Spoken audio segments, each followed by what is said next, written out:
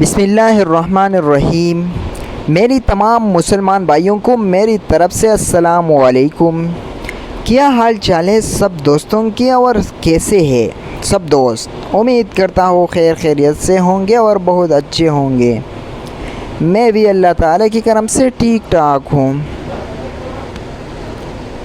دوستوں، میں آج آپ لوگوں کے ساتھ حضرت علی علیہ السلام کا ایک واقعہ شیئر کر رہا ہوں،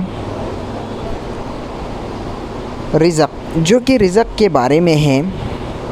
ناظرین، اگر آپ نے ہمارا یوٹیوب چینل کو سبسکرائب نہیں کیا تو ہمارا یوٹیوب چینل کو ضرور سبسکرائب کریں۔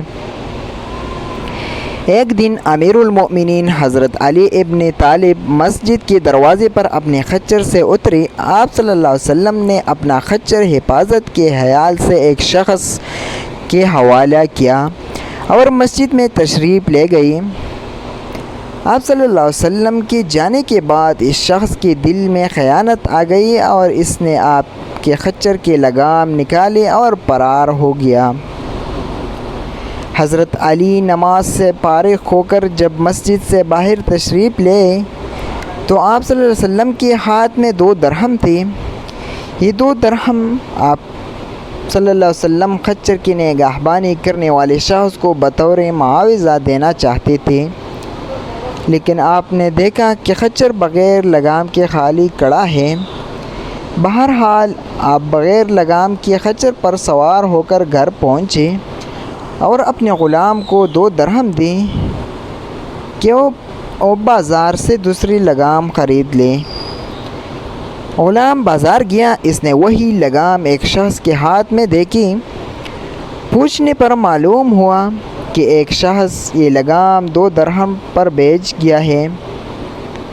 واپس آ کر غلام نے یہ بات حضرت علی رضی اللہ تعالیٰ عنہ کی گوش گزار کی تو آپ صلی اللہ علیہ وسلم نے فرمایا، بندہ بعض اوقات خود صبر نہ کرنے اور عجلت سے کام لینے کی وجہ سے رزق حلال کو اپنے اوپر حرام کر لیتا ہے، حالانکہ جو کچھ رب العزت نے اس کے قسمت میں لکھا ہوتا ہے اس سے زیادہ اسے نہیں ملتا۔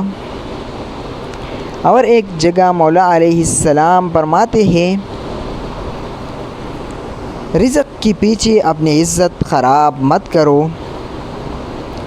کیونکہ رزق انسان کو ایسی تلاش کرتا ہے جیسے مرنے والوں کو موت۔ ناظرین، اگر آپ نے ہمارا یوٹیوب چینل ابھی تک سبسکرائب نہیں کیا تو ہمارا یوٹیوب چینل کو ضرور سبسکرائب کریں۔